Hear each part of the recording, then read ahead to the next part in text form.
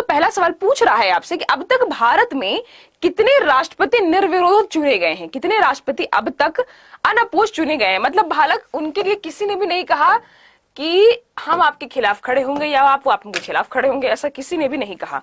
1 2 3 4, चलो एक का तो मैं एग्जांपल है Sanjeevani Reddy. Anyone else? Guys class को सभी लोग फटाफट तरीके से जल्दी जल्दी शेयर कर देंगे, एकदम शू शटाक माफिक, जल्दी जल्दी बिना किसी देर के।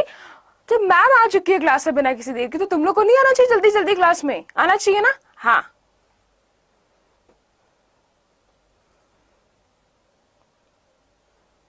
कुछ लोग कह रहे ए, ओके। जो बच्चे 2 जवाब दे रहे हैं, यानी कि बी जवाब दे रहे हैं, उनका जवाब बिल्कुल ही सही है। अब तक हमारे इतिहास में कितने चूज किए गए हैं? 2 जो है वो चूज किए गए अनअपोज तरीके से, यानी कि किसी ने उनका विरोध नहीं किया है। आप मुझे नाम बताएंगे उनका। इसका मैंने एक डिटेल सेशन जो था, रेड्डी, अच्छा ओके, और रेड्डी तो बालक मैंने बता दिया है, तो दूसरा तुमको बताना है। आगे बढ़ो। अगला सवाल हमारा पूछ रहा है कि सोशलिस्ट जो है, देखो हमारे अमेंडमेंट्स हुए हैं, मैंने क्या बोला, अमेंडमेंट्स कब किए जाते हैं? देखो हम चेंज नहीं कर सकते, संविधान को हम चेंज नहीं कर सकते हैं, तो हमने क्या किया है, हमने अमेंडमेंट्स किए हैं। अच्छा, जिनकी मैं मैसेजेस नहीं पढ़ पाई हूँ, रियली सॉरी। आज मैं सबके जवाब देने वाली हूँ। अभी मेरी तबियत कल ही ठीक हुई है, तो मैंने वीडियो भी डाला था, तो आज मैं सबके जवाब देने वाली हूँ, ठीक है? तो टेंशन रखो, वरदान तुम्हारे भी बेटा। ओके, ध्यान देंगे। अब मैंने अमेंडमेंट्स की बात करी कि जब अमेंडमेंट्स कब किए जाते हैं, क्योंकि ये तो भैया सिद्ध हो चुका है और ये लागू हो चुका है कि आप संविधान के बेसिक स्ट्रक्चर में चेंज नहीं कर सकते हैं। क्या बोला हमने? क्या बेसिक स्ट्रक्चर को चेंज नहीं कर सकते हो। अमेंडमेंट से हम क्या करते हैं, हम जोड़ते हैं। तुम जहां भी संविधान है बाबू देख लोगे कि क ख ग घ लगा हुआ है, ए बी लगा हुआ है, मतलब ये अमेंड किया हुआ है, जुड़ा हुआ है। सोशलिस्ट टर्म जो है, ध्यान रखिएगा, सोशलिस्ट जो है ये समाजवादी जिसे हम कह रहे हैं, ये भारतीय संविधान के हमें जो प्रियम्बल है इसमें कब डाला गया था, किस अमेंडमेंट के जरिए डाला गया था? इसका जवाब तो दोगे ही दोगे, इसके साथ मुझे एक और जवाब दोगे। सेक्युलर टर्म जो है ये हमारे संविधान में नहीं था। क्या बोला मैंने? सेक्युलर। अरे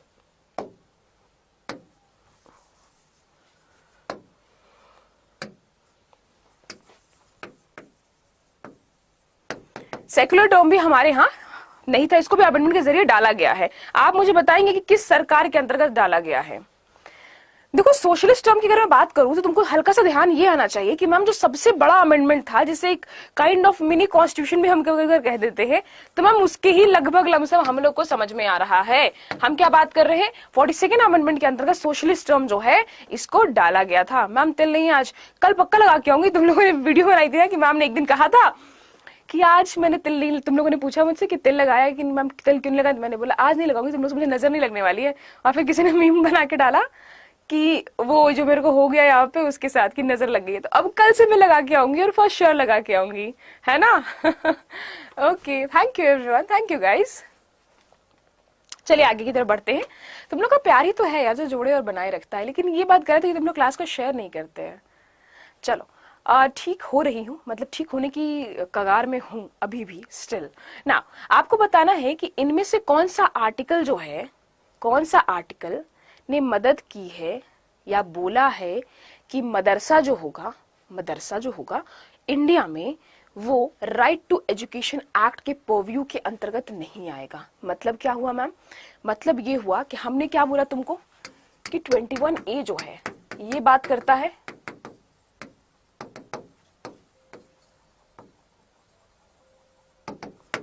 बात करता है राइट टू एजुकेशन की, ठीक है? आर्टिकल 21A बात करता है राइट टू एजुकेशन की। तो इस राइट टू एजुकेशन के अंतर्गत क्या क्या बोले तो क्या क्या मदरसा आएगा इसके अंतर्गत? नहीं आएगा। क्यों? क्योंकि रिलीजियस साइड में चला गया है।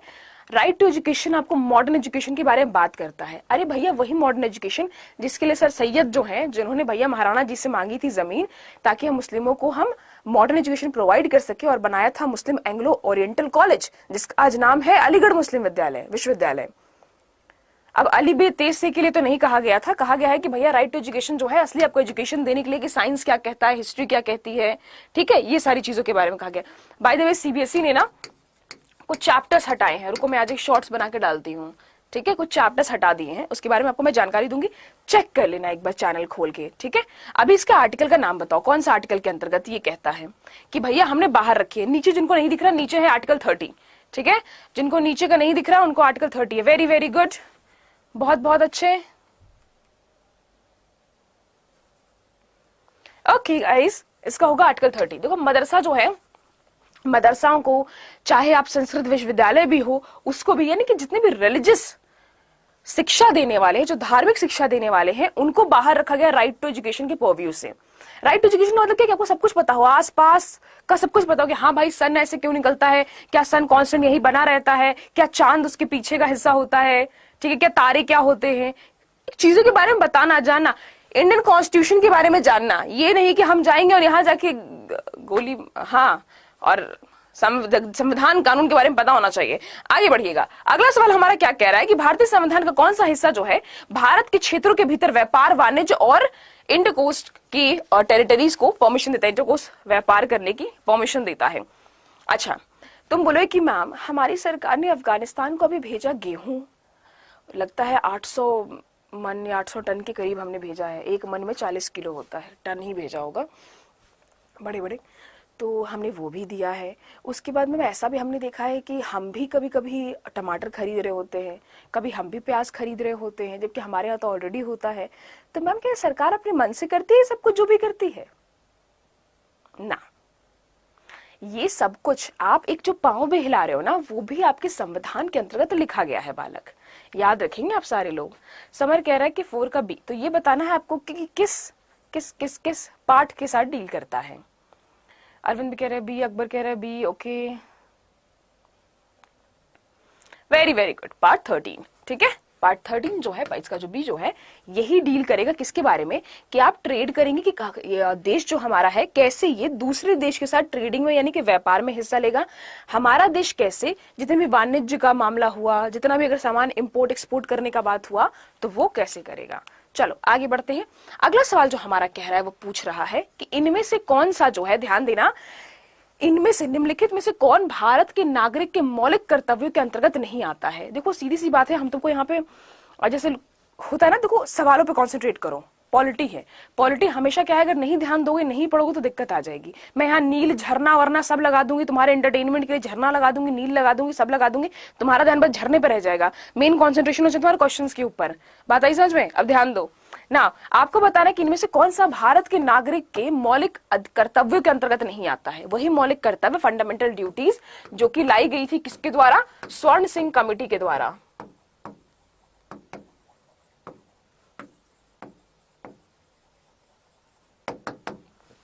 ठीक है, फंडामेंटल ड्यूटीज को सुझाने वाला, बनाने वाला कौन था? भैया जी तो स्वर्ण सिंह तो थे, इंदिरा गांधी जी की कैबिनेट में जो थे, इन्हीं को तो कहा था इंदिरा गांधी जी ने कि भैया बहुत सारे राइट्स हो गए, अब हम इमरजेंसी वगैरह लगा रहे हैं, तो एक काम करो, लगा दिए, तो अब एक काम करो, तुम जो हो एक फंडामेंटल ड्यूटीज बना दो लोगों के लिए। क्या लोगों के कोई कर्तव्य नहीं होने चाहिए सरकार की तरफ? सरकार उनको राइट्स दे रही है इतने इतने सारे, ठीक है, और हमने राइट्स चेंज करने की भी कोशिश की थी बहुत सारे केसेस में, लेकिन उसके बाद कोर्ट जो है वो ऊपर बढ़ गया और हम चेंज नहीं कर पाए, फिर बड़े बड़े केसेस, लैंडमार्क केसेस हो गए, तो हम छू भी नहीं पाए पार्ट 3 को अपने संविधान के।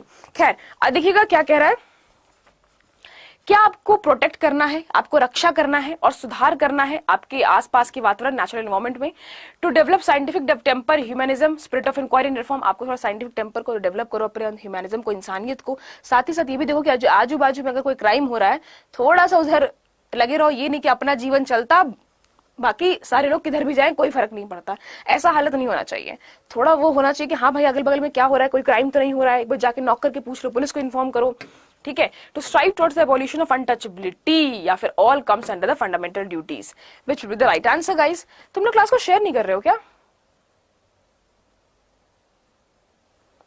वेरी वेरी गुड, इसका होगा सी, ठीक है, ध्यान देंगे। अच्छा मुझे जल्दी से बताएंगे, कौन बताएंगे जल्दी से कि अनटचेबिलिटी जो है, इसके एवोल्यूशन के बारे में, इसको खत्म करने के बारे में कौन से आर्टिकल में दिया गया है? अनटचेबिलिटी जो है इसको खत्म करने के बारे में कौन से आर्टिकल में दिया गया है? जल्दी से बताएंगे कौन कहता है कि भैया छुआछूत जो है वो पाप है। अपने बालों को मतलब करेंगे, लहराएंगे बालों को, तो तुम मैसेज मत टाइप करो, तुम बोलोगे ना कि हम तो करेंगे मैसेज टाइप, मानोगे तो है नहीं, क्या करे इंसान। ड्रामा करने बोलो ना कुछ लोगों को अगर क्लास में आके, तो ड्रामा अव्वल दर्जे का ड्रामा आके करेंगे।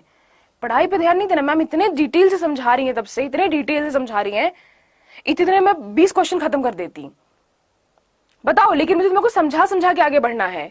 अगला सवाल क्या कह रहा है कि the contingency fund of the India has been placed at the disposal of which among the following authorities.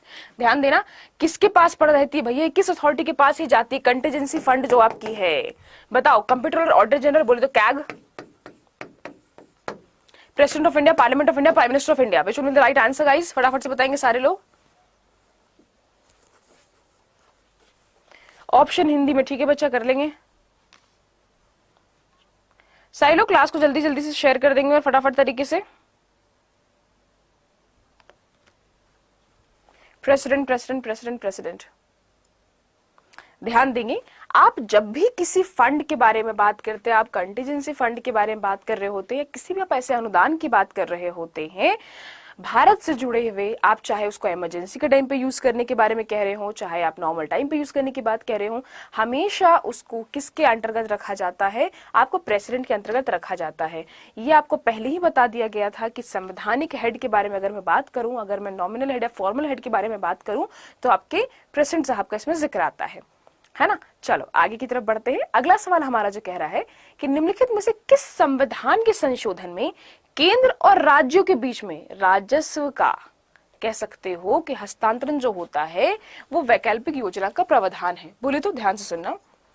एक अमेंडमेंट हुआ था, इस अमेंडमेंट के तहत ये प्रोवाइड किया गया था कि भैया सेंटर और स्टेट के बीच में रेवेन्यू जो है वो कैसे डिसाइड होगा। क्योंकि जो सबसे बड़ा बवाली का टाइम रहा है, जो सबसे बड़ा जो बवाली का काम रहा है, वो यही रहा है, सेंटर और स्टेट के बीच में ये डिसाइड करना कि किसके पास कितना पैसा जाएगा। तुम देखते नहीं हो, हमेशा जीएसटी के लिए लड़ती है सेंटर स्टेट कि मेरा जीएसटी जो है वो हमें वापस करो, मेरा जीएसटी जो है हमें वापस करो।